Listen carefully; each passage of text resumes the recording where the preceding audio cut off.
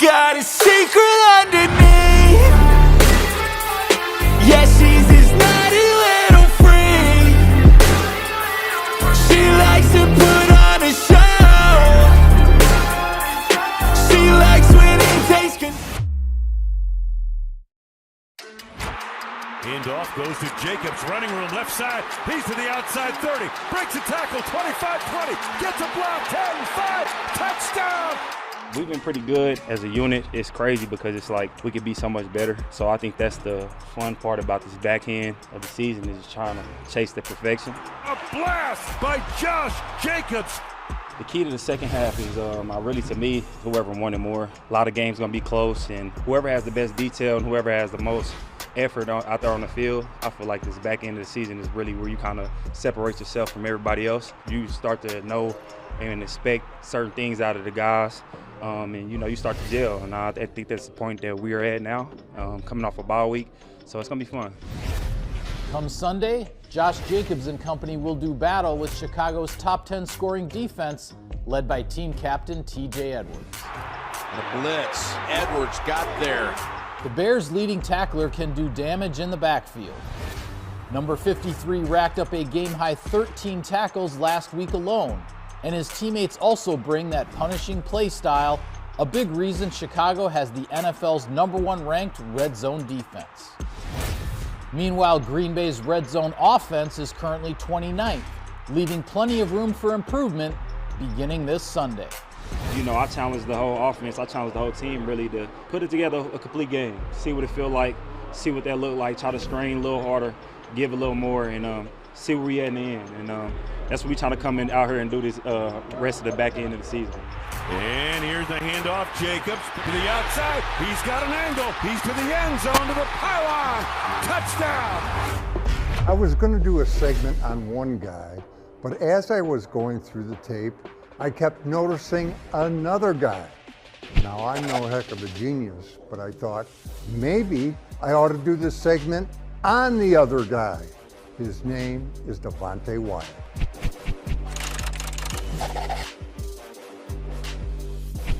We learned as early as the Eagles game that Devontae's explosiveness and ability to disrupt were good fits for the Packers' new defensive scheme.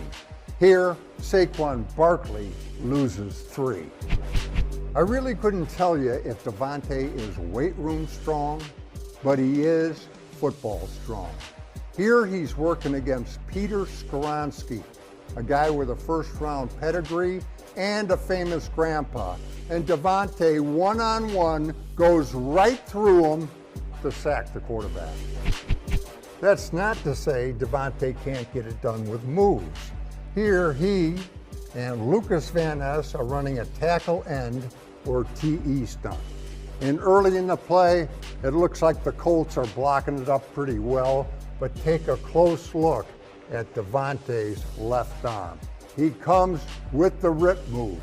It gives him all the leverage, allows him to squeeze the corner, and not even a chokehold can prevent Devontae from getting by the blocker and scoring another sack. My favorite Devontae play comes out of the Jacksonville game, and it starts with Edgerrin Cooper breaking free and knocking the ball away from Trevor Lawrence, and the foot race is on. Jacksonville, Devontae. And Devontae is like a man possessed. He has taken this play personal, and there's nobody going to recover that football but Devonte Wyatt.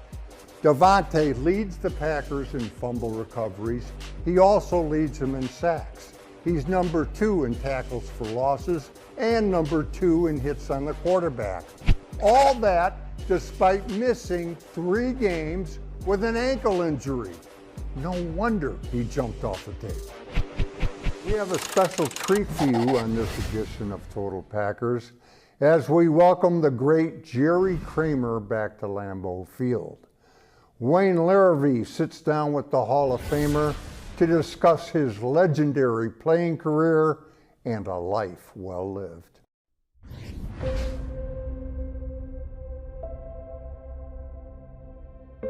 Coach Lombardi demanded your emotion and your attention and everything you had. There's a tendency in camp to go about 80%, maybe 85 if you have to, but save a little bit for later on, right? Once the coach got a hold of you, Mister, concentration period of a college student, 5 minutes, high school to 3 minutes, kindergarten to 30 seconds. You don't have that, so where's that put you? Put me checking my shoe shine, right?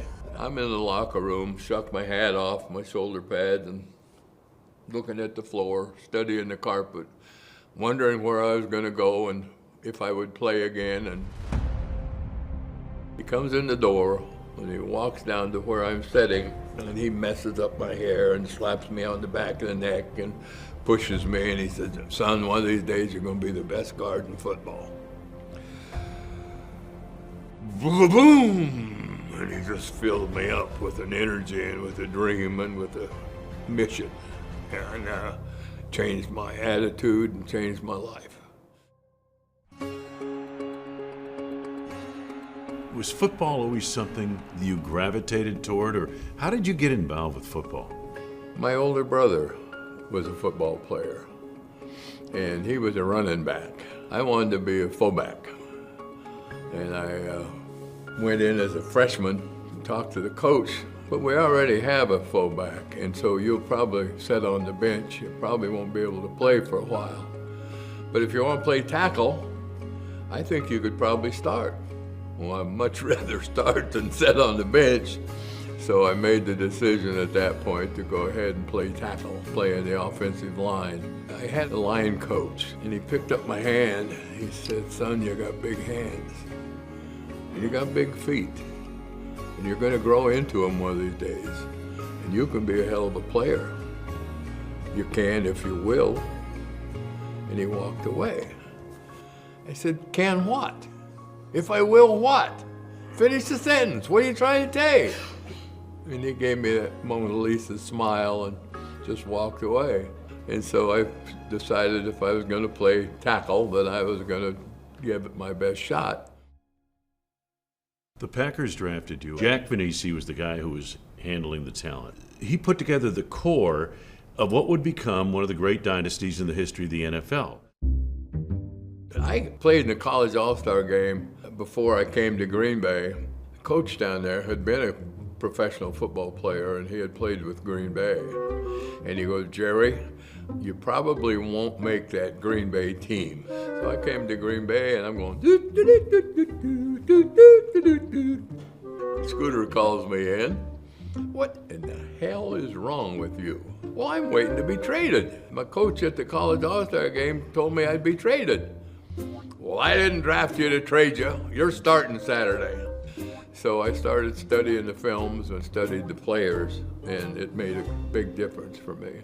Well, that kind of came into play when you guys played Dallas in the Ice Bowl. That last play, that wedge play you guys ran, was something that you saw about Jethro Pugh studying film during the week. That was on Thursday, and we were in the short yardage films with Coach Lombardi. Every short yardage play, Jethro's coming up. So I said, Coach, we can wedge Pugh if we have to. He goes, what? Run it back. He ran it back about 3 times. That's right, put in a wedge on Pugh. Now it comes down to the last 13 seconds, and I have volunteered myself to make a block on Jethro, and I'm going, oh, you gotta be the dumbest cat in town. I didn't know it was gonna be on the 1-yard line of 13 seconds. Jethro came up like he had been for weeks before. I got into him and moved him back a couple yards.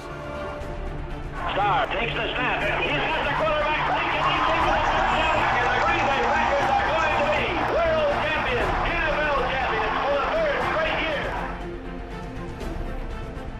We were watching the films in the locker room afterwards. Coach is looking at it, and they play the play, and Coach goes, way to go, Jerry, way to go, yeah, way to go.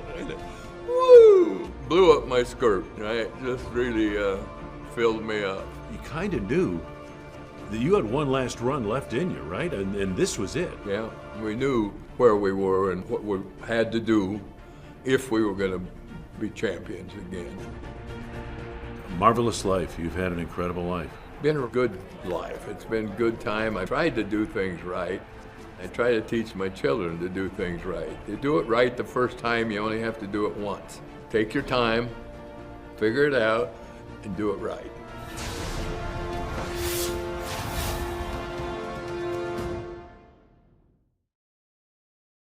Half of the season last year. Can you take anything from that for this year, or is it just entirely different because it's a new year? I mean, I'd definitely say it's different from year to year. I mean, we got a lot of the same pieces, so I mean, I think it was really just us kind of catching stride last year and kind of getting more of a feel for each other and where the offense is. So I mean, I'm thinking it'll go the same way this year. I mean, we're trying to be better and better every week. I think we've seen flashes of it early in the year this year. We just got to be a little bit more consistent with just some of the miscues and stuff that we've been dealing with early on this season. Coach LaFleur said that practice changes a little bit this time of year too, and you did more good on good last year, the second half of the season. He thought it paid off on the field. Do you subscribe to that, and is that kind of the plan again this year? I mean, yeah, no, for sure. I mean, we did it last year, and we saw results from it. So, I mean, that's really the only, experience I have to go from. I think we did it the same way my rookie year as well. So, I mean, I think it worked out well for us. So, I mean, whatever the coaches want us to do, we're going to do it. And it paid off for us before, so I'm sure it will again. I know you'll never use injuries as an excuse, but does a bye for Jordan kind of get him back to where Jordan wants to be, do you think, health-wise? I mean, I'm sure it does. I mean, just thinking about me and, how my body was feeling, I mean, I think it's good for anybody who's dealing with anything. I think it's good for anybody who, even if, you weren't dealing with anything, just get your legs back a little bit, give the mind a little bit of time to rest. I mean, it's definitely beneficial for everybody. I'm sure it helps those guys out who are dealing with some things. Ryan mentioned how gangbusters you were in the second half last year, but also the year before you had that big run almost to make the playoffs at the end.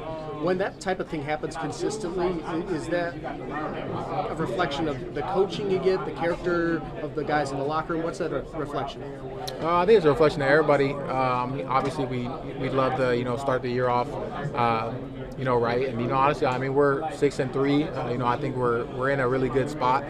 There's definitely places we feel like we could be better at for sure.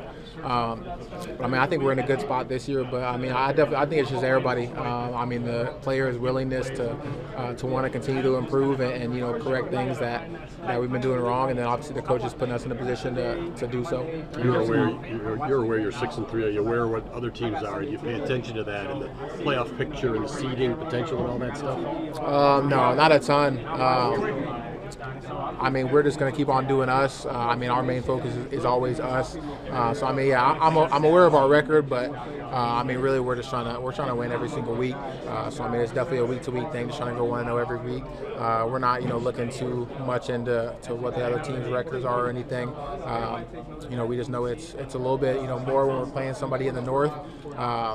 And we just got to find a way to win week in and week out. Is there extra motivation because it's the Bears? Yeah, no, 100%. I mean, the rivalry is there in its own, but I mean, it's another North opponent, so we're definitely locked in on that. You got to be educated, or have the older guys educated you on this rivalry? Not really, but we did watch a video this morning. Just like a quick little overview of the rivalry itself. But I didn't really need to be educated on. I knew, what it was already. Coach Downer told us that after you won Defensive Player of the Month, he told you, who cares? And he said, I think X thinks I'm a little bit of a prick for saying that. Is that kind of the same mindset you have, that, that's in the past, you still have bigger fish to fry? Yeah. Obviously, that's not the end goal. And I think he knows this as well as I know. And that's why I love him so much, because he always going to push me to be, better. Obviously, it's good to get that accomplishment and be able to get that accolade, but at the end of the day, there's more to get and there's more to do. So, I love when he, just holds me to that standard of all right, let that go. Obviously, I'm already like that, but just kind of, somebody else in my ear like, hey, don't worry about that, on to the next. So I love that mentality. So it's good. He told us that after the Jaguars game, you guys were on different buses. On the bus on the way to the airport, you're texting him for Jared Goff tape. Yeah. Is that something you've always done, and do you give yourself any time to enjoy a victory, or you immediately turn in the page? I enjoy it when I could win a Super Bowl. Okay. But for the most part, it's like, obviously once you win, like, it's in the past. So, obviously you figure out what you could have done better, and you look at that. But for me, I'm always, all right, once we, win or loss, like, all right, it's on to the next. So I think that's just a mindset that you have to have in this league, because it's a competitive league. Every team is going to be different. Every week is going to be different. So I just try to make sure that I'm always one step ahead and trying to get a day ahead of my opponent. What are the challenges of facing a team with a new offensive coordinator? It could be a challenge. The crazy part is, it's like, they've been doing kind of what they've been doing this whole year. So I don't know how much stuff they're going to really change up, like in a short period of time. But I'm sure they'll have, switch some tendencies. But it could be a challenge, like I said, sometimes, because they might change a couple things. But for the most part, they'll probably run what they've been doing throughout the whole season, because they don't want to confuse everybody that's already learned the system. What do you see in Caleb Williams? He does well in the pocket. He can extend plays. He's actually pretty strong in the pocket. He has a good feel and awareness of when he's getting pressured, and he's able to kind of get out and kind of extend plays down the field. He's a young quarterback. He's growing. He's learning as he's going along. So, but he's going to be a really good quarterback in this league. They have struggled so much the last few weeks. How do you make sure that you guys don't take that for granted? We don't take any team for granted. Regardless of who it is, regardless of record and whatever they're going through, like, every week can be different. So we don't take anything for granted. We don't take any team for granted. We try to always prepare the same way. We always, try to keep that same laser locked in mentality and mindset, and try to have those same winning results on Sundays. Talking about laser stuff, are you the kind of guy who pays attention to where teams are in the playoff picture? And No. This team is that? No. Because things change like week to week. So a team that's on top right now might have a fall off as we go down this stretch. So I try not to pay attention to like the playoff stuff. I just try to focus on what we got going on in this building and our record, and taking it game by game, day by day. Bye week was good. I think it was good just to get away, get a week, get our bodies back healthy, and just get rested up. So you get your body back, but is there a little trick to really getting back into the groove after a bye week in the NFL to make sure you're where you want to be on game day? Yeah, no, I think a little of it is, we have that practice on Monday once we get back to kind of knock that dust off and get back in that rhythm of things. But, I think it's just everybody in here just got to do their job, be a pro, and, obviously get back to work. And we know we have this second half of the season, so I don't think that's ever a problem. Jordan, Matt said you were a full participant today in practice, not limited. Did you feel like you could get more done today, and was that kind of a different feel than maybe what the previous weeks had been when you're dealing with stuff? No, I felt, I felt like the past couple weeks I've been able to practice and be out there moving around, things like that. But no, I'm definitely feeling good, feeling better. So ready to go this week, but I don't think much has changed practice-wise. Is it more just the number of reps then, whether that you're getting when you're full versus limited? No, I think, the past couple weeks, I think the reps have kind of been similar. Obviously, I think just the way I'm feeling out there moving around, some of the stuff we've dialed up, we've kind of, I don't know what the word is, but just kind of structured it around what I'm feeling like, certain drop backs, kind of staying in the gun a little bit more, things like that. But no, I think practice-wise, felt good today. The physical rest, obviously big for you and many players in this locker room. What about the mental reset of being able to look at some of the stuff you've done and try to self-scout as well as get ready for this next couple months stretch? Yeah, no, I think, like you said, the mental reset is huge. Just being able to get a week off, get a break, obviously what we do here is, the same thing every week of just in this thing grinding, taking it one day at a time. So just getting a break from that helps you reset and, like you said, get a little bit of self-scout, kind of see the good things we've done, the bad things we've done throughout the season so far, and have a focus of what we want to accomplish the second half of the season. If you had to pinpoint something you're really proud of from the first half and something you really think this offense can take the next step within the second half, what would it be? Yeah, I think the big plays. I think we're in a very explosive offense, and we've definitely shown some really good flashes of being able to move the ball well down the field and create those big plays. But obviously, like we always talk about, the consistency, the turnovers, the pre-snap penalties, post-snap penalties, all the little things that just kind of take us a step back. And obviously, red zone, third down, those are two areas that we'll definitely have to improve on the second half of the season. Hey Jordan, I'm not calling you a liar about the practice thing, but you didn't practice at all the Wednesday before the Lions, and Matt told us you only did individual on Thursday. As someone who believes in the value of practice, I'm guessing that you feel like that affects what you're able to do on Sunday. No? Yeah, definitely. Like you said, anytime you miss a day, aren't able to practice, that is obviously not ideal, like I've talked about before. But it's one of those things, control what you control. You got to go out there, get those mental reps, be great in the film room throughout the week. But yeah, like I said, being out there 100% feeling good is what I like to keep it throughout the rest of the season. So you'd say you're 100% healthy right now? I'm healthy, yeah, healthy. So when you look at what the first 9 games have looked like for you, you know what you're capable of, you know what you did last year. If you're being honest, and I know you're judged on what you do regardless, the injuries affected your play. Fair or not fair? Yeah, like you say, whenever you're not 100% dealing with injuries, it's going to affect whatever. But, I take it upon myself. If I'm good enough to be out there, I'm feeling that responsibility to be at my best. So that's never an excuse. Obviously there's things that you were limited doing, moving out of the pocket, things like that. But anytime you're out there on the field, you got to be able to go out there and play your best for myself, for the guys around me, and for this team. So, that's never an excuse I'm going to use. Jordan, do you think guys just in general have to be part of Packers-Bears rivalry to kind of appreciate the history of it? Like, be part of it for a while. This is the NFL's youngest team, the NFL's oldest rivalry. Do you think a lot of guys in here, I don't want to say care about it, because they obviously care about the game, but do you think, just in general, the locker room kind of gets the history of this?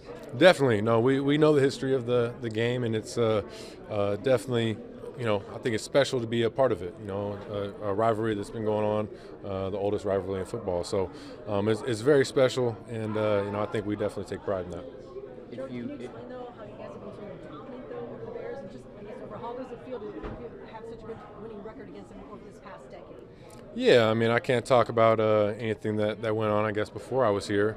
But yeah, it's one of those weeks that obviously you want to win every week. But with this rivalry, we know what this game's all about, and we take pride in that. So, it's one of those things that we just take it one week at a time and understand the opponent that we got and try and put our best foot forward out there. Could you put yourself in your shoes and in the mindset last year? Your first start as the guy here was at Soldier Field. How did you feel going into that week versus how you feel going into this week now, the next time you visit Soldier Field? Yeah, obviously there was a lot of, emotions and thoughts last year, just being my first, season, being a full-time starter, going into that. So, obviously playing down there in Chicago is, it's a tough place to play. But I was excited to go out there and just get the season started off. So a little different feel this year, but, we're excited to go down there and, put our best foot forward for this game. How much did you think big picture of what the game meant for you last year's opener before that game? Was it just X's and O's, or did you allow yourself the time to be like, this is the beginning of something? No, definitely. I remember that game last year, just on the sideline during the national anthem. I took a moment, just kind of take it all in, take the crowd in, and the atmosphere of, entering into my first season as a starter, and just, not trying to take anything for granted. Just blessed to be there, and going to take that opportunity and put my best foot forward and go out there and play and enjoy the opportunity that I'm blessed to be a part of. So, yeah. You've been able to build quite a catalog of experience since then, obviously. What was it like to not have any of that, go out there and just play? Like, not have the memories, the experiences that you had at that point? You're saying last year not playing? Yeah, I think it's tough when you don't have that experience sometimes, and things to, been in that moment before, I guess. But like I said, I just was blessed to be there and didn't want to take anything for granted. Just wanted to go out there, have fun, and play my best ball. The bar you set last year, second half of the year, sky high, 18 touchdowns, 1 interception, or whatever, over the last 8 games. If you're healthy, is that reasonably is that for a fan base? Is that expectation reasonable? Like every given season, the level you set, or does it have to come down to earth a little bit in the way you played compared to second half of last year? No, I'm definitely, like you said, trying to get back to that level and even take that bar even higher and play even better. So, like I said before, there's things throughout the first half of the season that, want to focus on, clean up, and get better at. But, I'm always trying to improve my game and definitely want to, be better than I was the first half of the season going forward. When you look at the current Bears team, started the season on the right foot, but been on a little bit of a slump. I don't know, but what have you seen from them, especially when things have gone well for the Bears? Yeah, no, they're a good team. Definitely not going to sugarcoat anything. They're a really good team, and we always know with this game, we're going to get their best action out there. So we got to come in with the right mindset and just go through this week and prepare the right way and get ready for a 4-quarter game. But they're a good team. They do some really good things on defense. Obviously offensively they have some good players. And it might not have been clicking for them so far, but like you said, they started off really hot, and I think the strength of their team is definitely their defense, and they do some really good things. So we're going to have to do some good things as well. What does catch your eye about their defense when you look at it? Because they've got some pretty good rankings, and they're taking it all the way, that kind of stuff.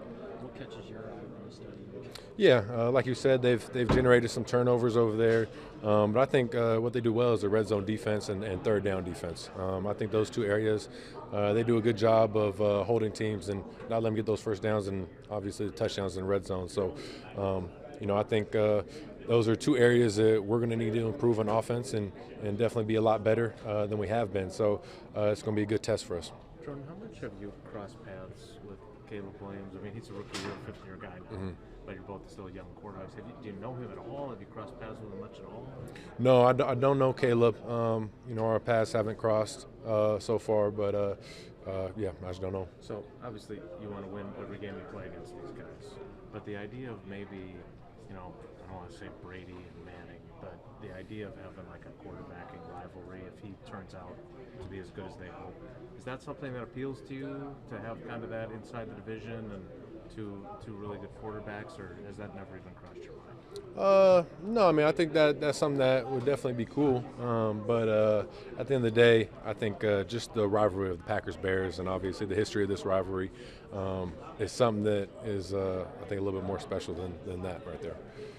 How much do injuries that obviously affect your lower body and can have an impact, I would assume, on mechanics and the way you're moving around and setting up?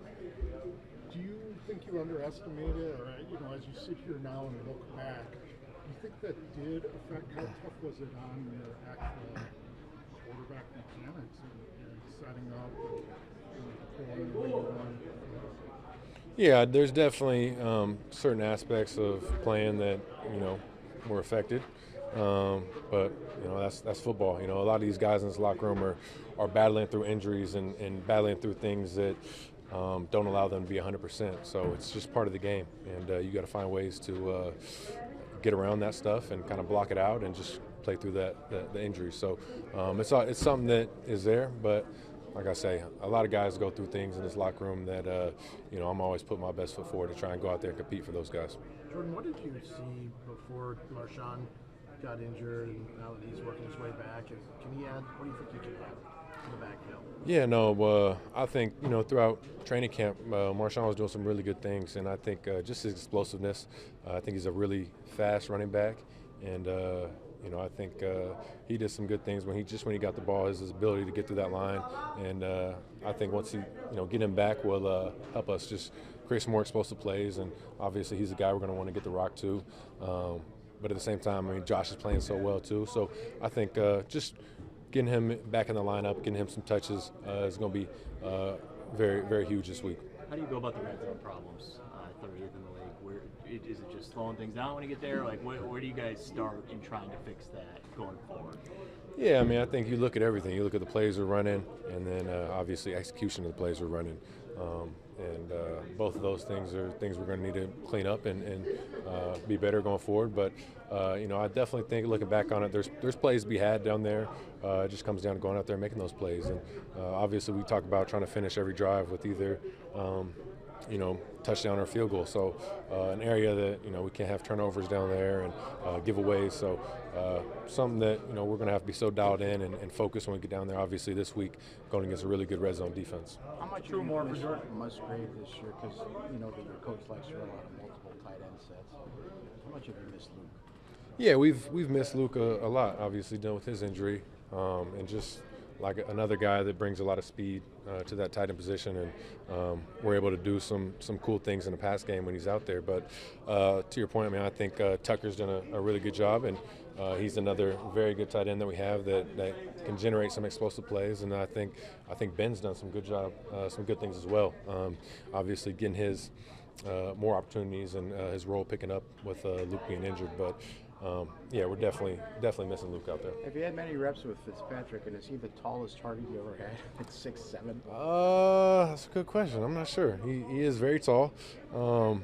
I don't know if he's he might be the tallest. I'm not sure, but no, he's been doing a good job as well since he's been here, and obviously we've been building his role up too, and just trying to get on the same page with some of the pass game stuff. But yeah, he's a very, very tall target, so hopefully we can get him the rock a couple times going forward. Jordan, just going back to the red zone real quick, I don't know if there's many teams that can be 30th in red zone or 29th and still top 10 in scoring. Does that tell you that there's a lot still out here for you guys, that you're struggling in the red zone and you're still putting up points and you're still scoring? Yeah, no, I think like you said, there's definitely a lot still out there for this offense and some things that we can clean up and be better at. But like I said before, I think that's something that we've done a really good job at so far in the season, is just generating those explosive plays and those big plays that do lead to points. So obviously it's one of those things I talk about consistency is we put some good drives together, but we just got to go finish when we get down there to the red zone. But, you know, I have no doubt that we'll be able to put up points. And like I said, we got too many good playmakers on this team and too many guys that once they get the ball in their hands, they can do some good things. So I don't think it's going to be an issue. I think it's something that we just got to be great at, focus on. And when we get in Fridays into practice, when we get the red zone periods, just being great and being so dialed in that we can transition that over to Sundays. It showed me a lot, you know, taught me some history about the game, about the rivalry. You know, it's a lot to the game. You know, it's a big time rivalry, and you know, it's a historical game. So, you know, it's always one that's gonna be hard, tough. You know, no matter where you play. So, really just stressing. You know, we got to go out and be on it. You know, because they gonna come out on it. So, we got to do the same. Was your touchdown catch against them last year between two defenders that make the highlight reel? Yeah. Thank you. Yeah, it did. It did. It did. How does it feel to have your moment part of one of the moments in this thing so far? It's big time. You know, because this game gonna always, you know, be a big game, big history game. So, you know, when you can have highlights show up from the game. From a year of the game, you know, that's big. That's always big time. It's like making history.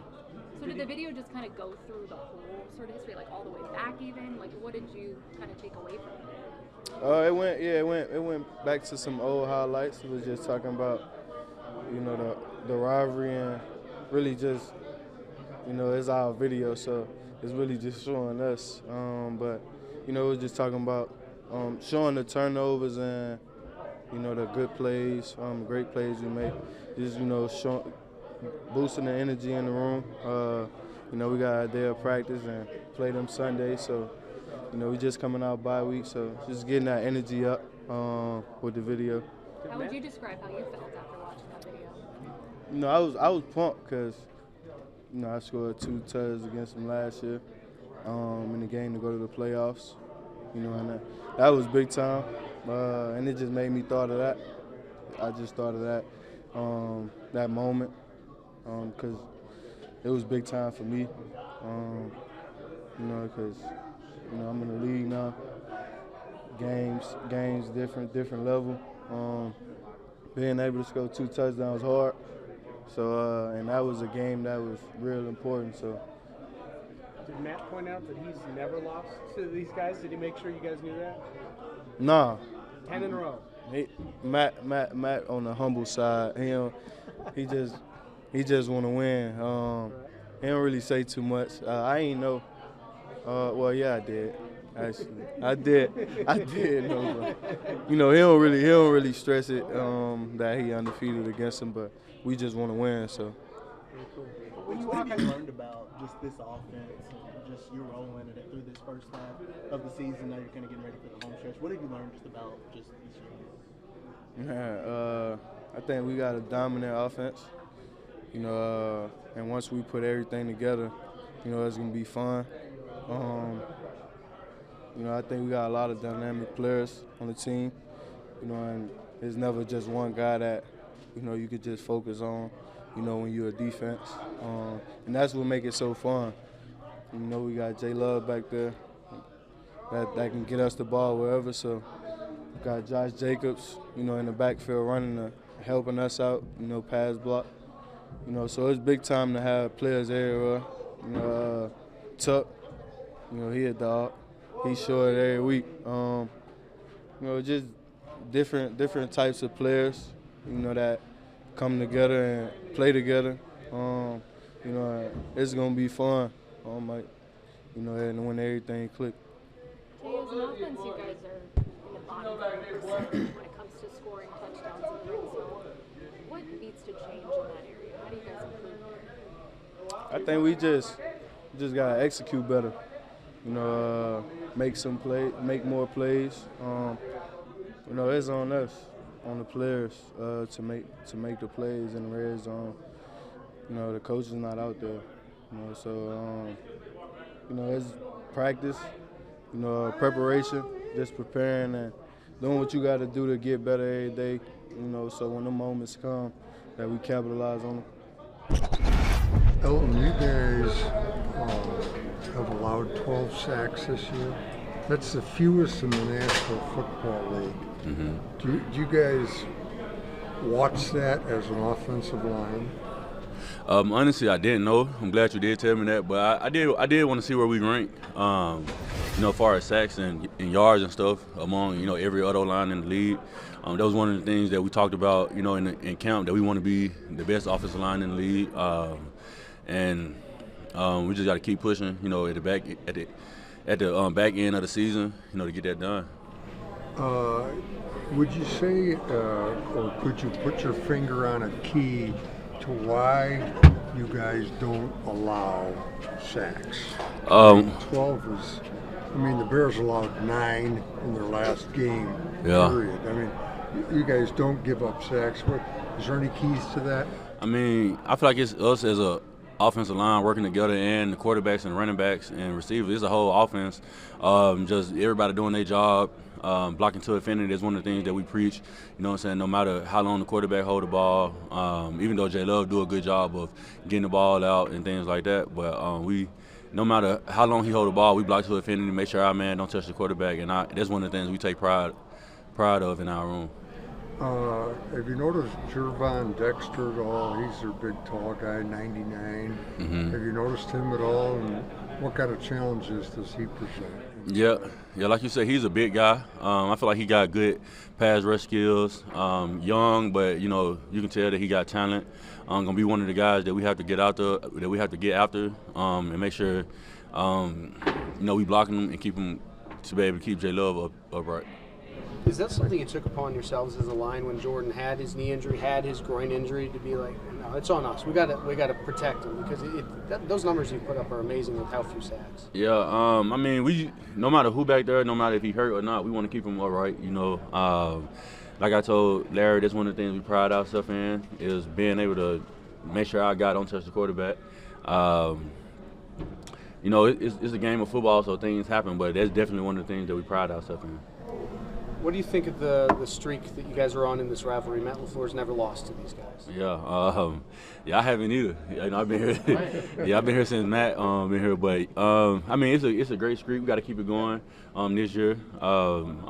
Dominate up front. You know what I'm saying, and just play as an offense. Just play a complete game. I feel like we move the ball well. It's a lot of things that we haven't done that I feel like we should do. Obviously, penalties and pre-snap and things like that. But yeah, we definitely, you know, the Bears are a good team, you know, but we definitely trying to keep this streak alive, and I don't plan on losing to them. What's it like to play at Soldier Field? Obviously, road environment, it's tough to play, but you guys have seen nothing but success there. Yeah. And it's like your shortest road trip as well. Does it feel like sort of a home away from home? I wouldn't say that, but I do like when, you know, they come in there, they loud, you know, they fans, you know, jibber-jabbering, doing a lot of talking, and then when the game do come down to like the third, fourth quarter where we up, I like to just hear all the quietness and stuff like that, and the people leaving the stadium. That's one of the, not even just there. There's any away stadium. That's one of the things I enjoy the most. You know what I'm saying? Seeing they fans and stuff like that leave the stadium and like that. Yeah. Elton Matt had mentioned the video that I think he showed you guys, both the rivalry with the Bears. Just kind of what was your takeaway from that? I know you've been entrenched in this for a while now, but still kind of getting that reminder of what that means to the organization. Yeah. When I first got here, it was. When we went down, I think it was like the 100th season or something like that, and it was crazy. They crowd, they fans came and showed up. Obviously, we got the victory, but it's definitely a good rivalry. One of those things where when I was in college, we had the Egg Bowl going against Ole Miss, so I kind of look at it like that. You know, one of the games that we need to win. We have to win, honestly. But yeah, it's a good rivalry though, and I'm looking forward to it.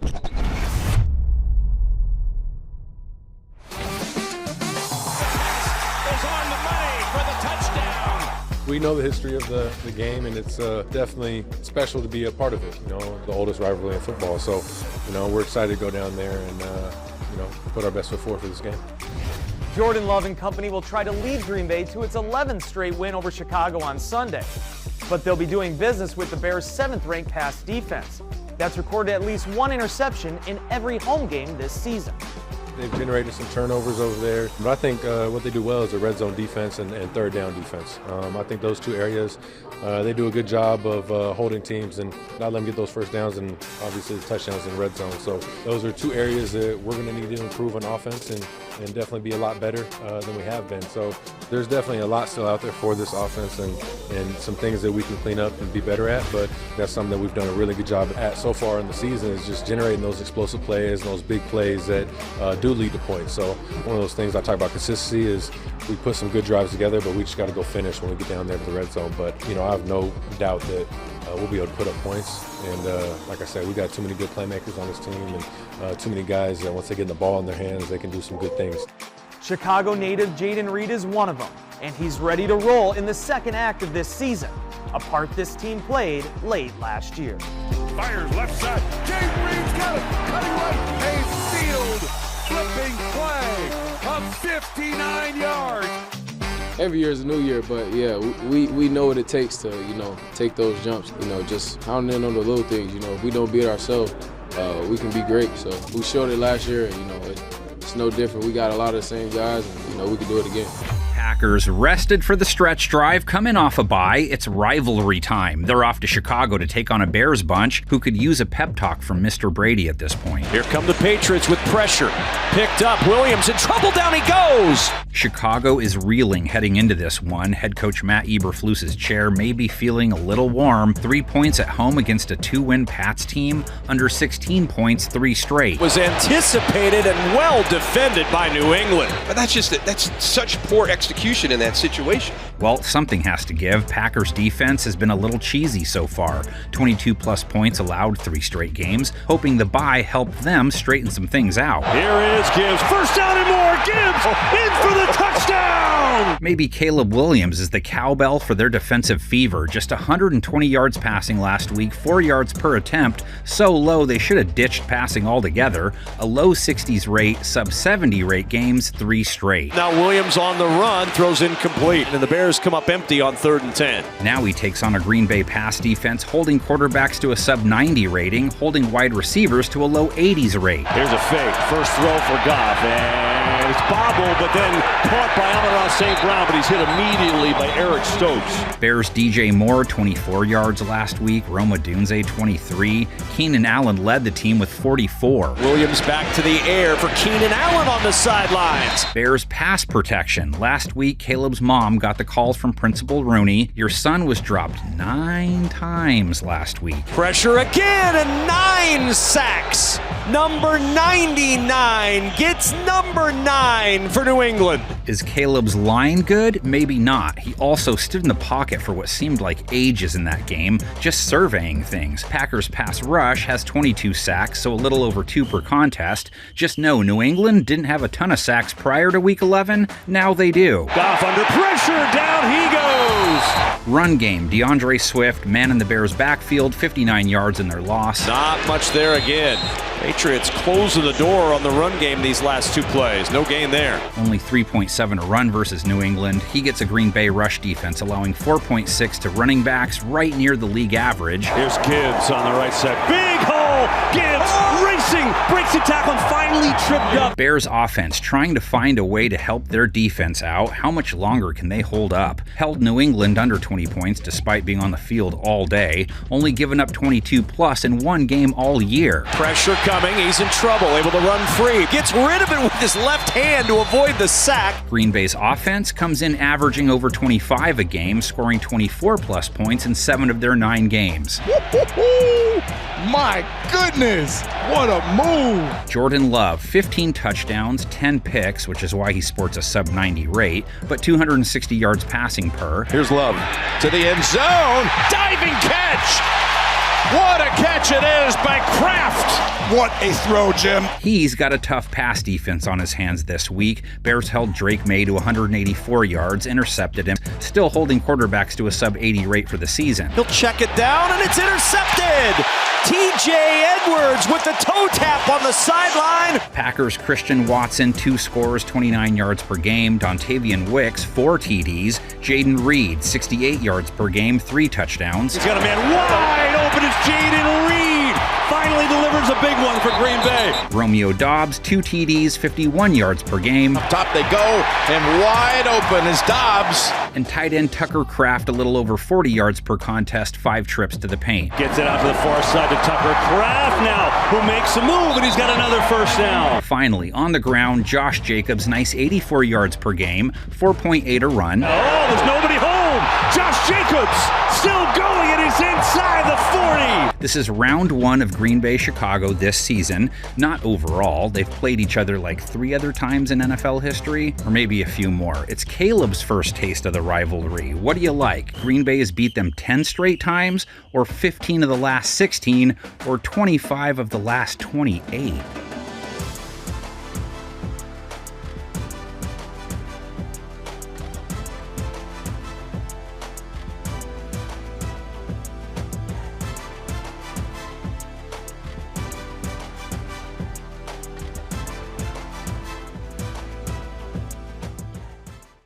There are millions of people who are just waiting for you to be wrong about things. There's armies of people to point that out. And that brings us to our playoff predictions that we did way back in September before kickoff. All of us on the show predicted all of the playoff teams, the division winners, on and on and on. And we thought it'd be fun right now on November 14th to see how we doing. What are some good ones? What are some bad ones? So we have 4 different categories. It's the ones that the pick that we're proud of that we made before the season, the pick that we're really annoyed by, the one we wish you could change, and maybe the one that doesn't look good but we want to double down on. Let's go around the horn.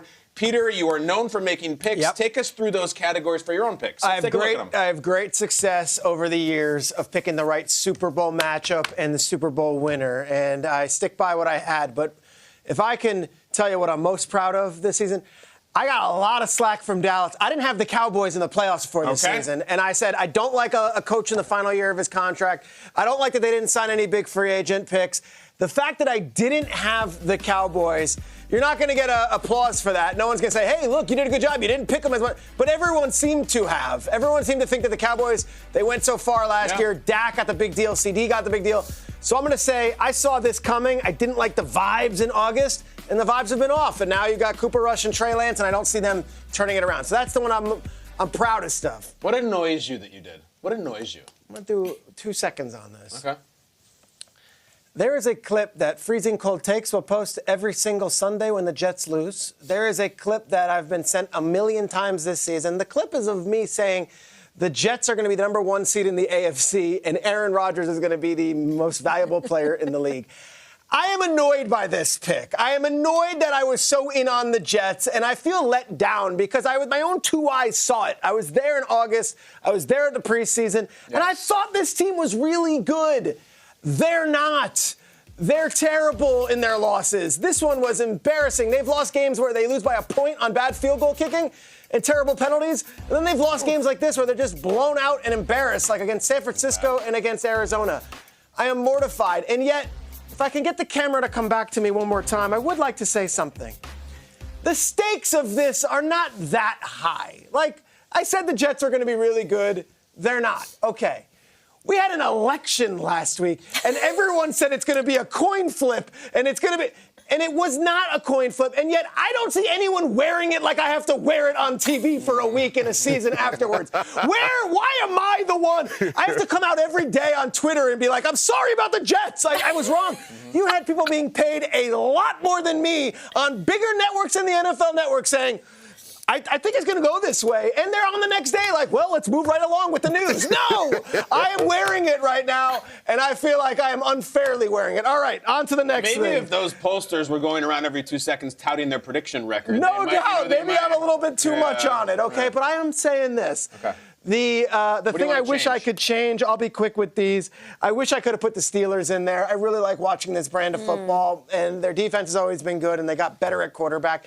I should have had the Steelers in there at some point. I regret not doing that. They will be a playoff team. And lastly, something I want to double down on. I would like to toss to my Super Bowl prediction, not the Chiefs winning it, because everyone can do that, but I still like my NFC pick and how they're going to get there. It still adds up. Chris, our producer, can we toss to the clip from September my Super Bowl prediction out of the NFC? I have successfully picked the last 3 Super Bowl champions with pinpoint precision and just enough arrogance where there are a lot of people who just root against me. The NFC will be represented by...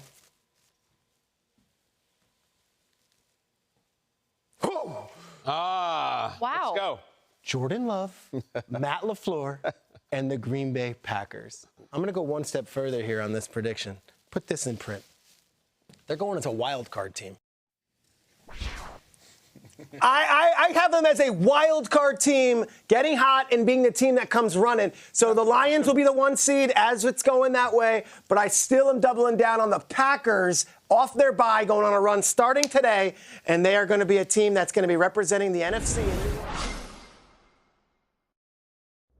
Hey everybody, it's 3 guys with 3 things, and Mike, you are first. Well, Larry, there are a lot of things in turmoil in Chicago right now, but one thing not in turmoil is the Chicago Bears defense. To use a favorite descriptor of yours, it's a pretty salty bunch. Chicago has allowed more than 21 points only 1 time this entire season.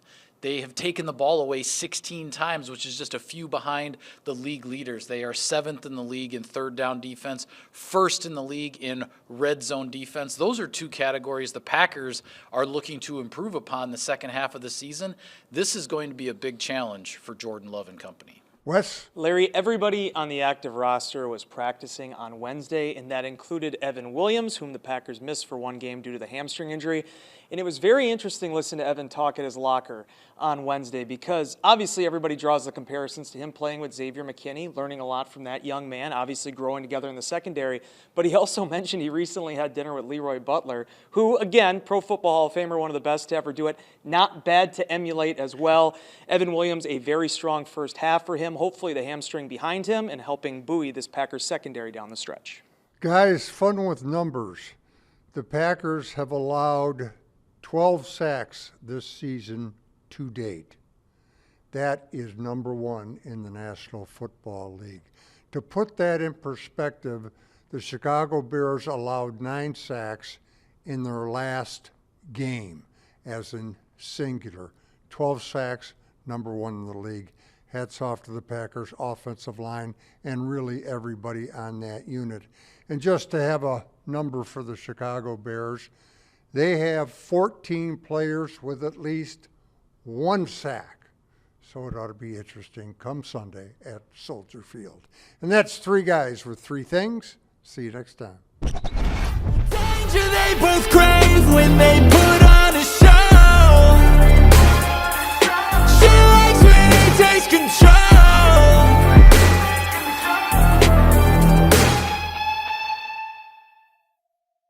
Wanna do is make the whole crowd bounce, y'all. Bounce, y'all. Bounce, y'all. Bounce, y'all. Bounce, y'all.